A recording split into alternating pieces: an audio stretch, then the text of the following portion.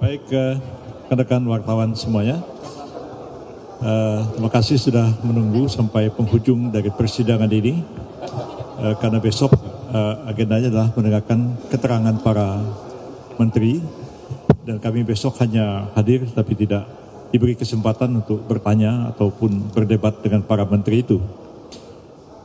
Hari ini adalah hari terakhir kami menyampaikan bukti-bukti di persidangan Mahkamah Konstitusi.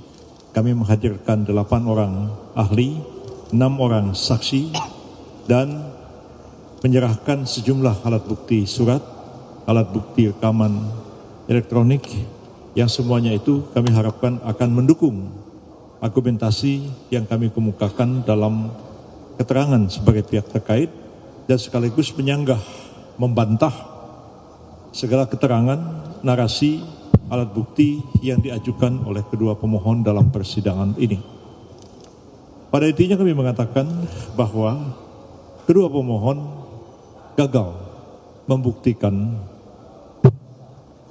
apa yang menjadi tuntutan mereka dalam persidangan ini, dan karena gagal membuktikan positanya atau uraian-uraiannya, maka sebenarnya dengan sendirinya petitum yang mereka ajukan juga tidak beralasan hukum.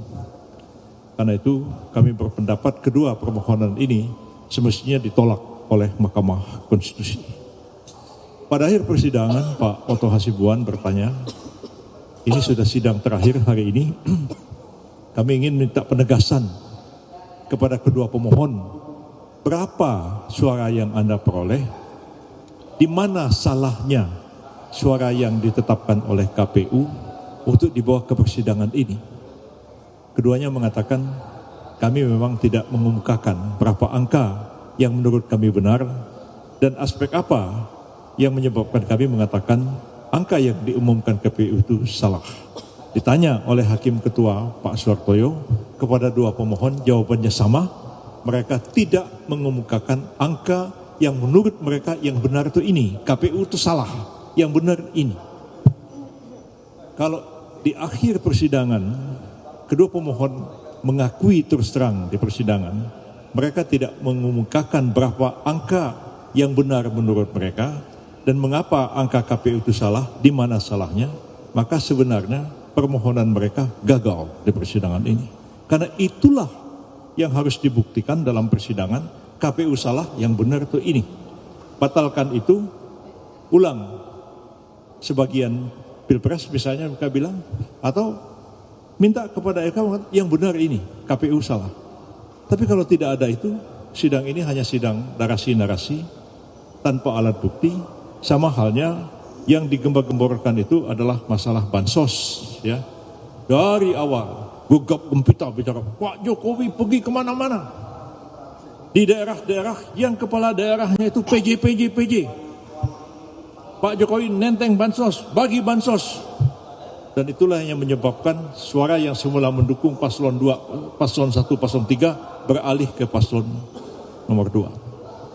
Dua ahli statistik yang dimukakan malam ini sama-sama mengatakan bahwa bansos tidak ada pengaruhnya terhadap keterpilihan dan ketidakterpilihan seseorang dalam proses pemilihan presiden pada khususnya. Di sidang ini semua ketahuan, para lawyer pemohon 1, pemohon 2 itu tidak mengerti tentang bansos. Kami menghadirkan anggota DPR yang menguraikan apa itu bansos. Bansos itu hanyalah bagian dari perlinsos yang jumlahnya itu sekitar 480-490-an miliar. 2 tahun triliun. Dalam 2 tahun itu pernah 2 tahun turun, tapi kemudian sama lagi dengan 2 tahun antara 2004 dengan 2020, ya, sama lagi. Tapi Pak Maudy Lubis mengatakan terjadi peningkatan yang luar biasa bansos. Dan angkanya dari mana? Ya, udah dibeberkan angkanya cuma segini. Memang ada terjadi peningkatan yang disebut dengan automatic adjustment.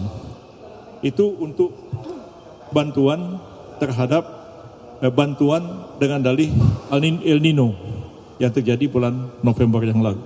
di switch anggaran sehingga meningkat sekitar hampir 50 triliun untuk El Nino. Itulah yang digembar-gemborkan.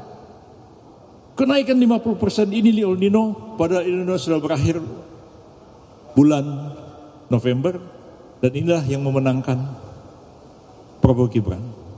Di sidang terungkap oleh anggota DPR siapa yang meminta terjadinya switch automatic adjustment itu. Yang meminta itu adalah Menteri Sosial Ibu Risma, yang notabene semua orang tahu adalah orang PDIP. Semua bukti omongan-omongan mereka terbantahkan dalam persidangan ini, dan besok kita akan dengar. Mungkin ada hakim bertanya, apa betul Bu Risma, Anda pernah menulis surat kepada Komisi 8 meminta automatic adjustment sehingga terjadi perubahan untuk El Nino, benar atau tidak? Tadi sudah dibeberkan surat Bu Risma dan kesepakatan Komisi 8 dengan Kementerian Sosial. Jadi kalau ada pengaruhnya begini, saya pikir benar apa yang dikatakan Pak Kodari. Ya, kalau pemerintah itu memberikan bantuan sosial, dan bantuan sosial itu hanya sedikit sebenarnya, sekitar 50%, 10%, 50 triliun dari angka hampir 490 triliun. Yang terbesar dari perlindungan sosial itu justru adalah untuk subsidi. Subsidi itu yang paling besar hanya dua, subsidi BBM dan subsidi listrik.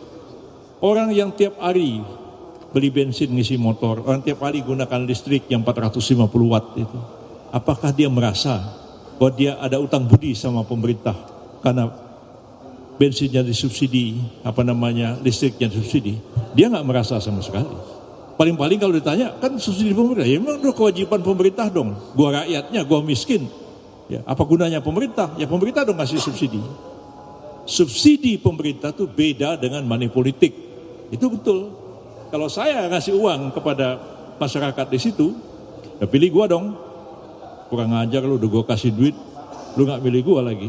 Nah, orang tuh kalau saya kasih, saya jadi caleg di situ, dia ada semacam utang budi. Kalau saya kasih duit tiap bulan, gak milih saya, besok ketemu saya, dia ngumpet-ngumpet. Gak enak, malu sama payus gitu. Tapi kalau pemerintah ngasih duit, malu sama siapa? Gak ada yang masa malu. Clear perbedaan uang yang berasal dari bantuan sosial dan uang money politik yang diberikan oleh seorang caleg dalam pilkada, calon kepala daerah, dan sebagainya. Saya kira persidangan ini clear, membantah seluruh dalil-dalil argumen yang dikemukakan oleh pemohon 1 maupun pemohon 2. Terlalu banyak omong bansos tapi tidak mengerti apa itu bansos.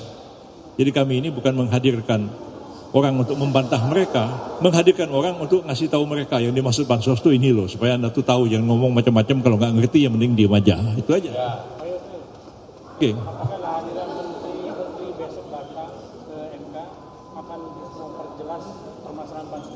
Saya kira ya, yang mohon menteri datang itu kan pemohon 1, pemohon 2, bukan kita.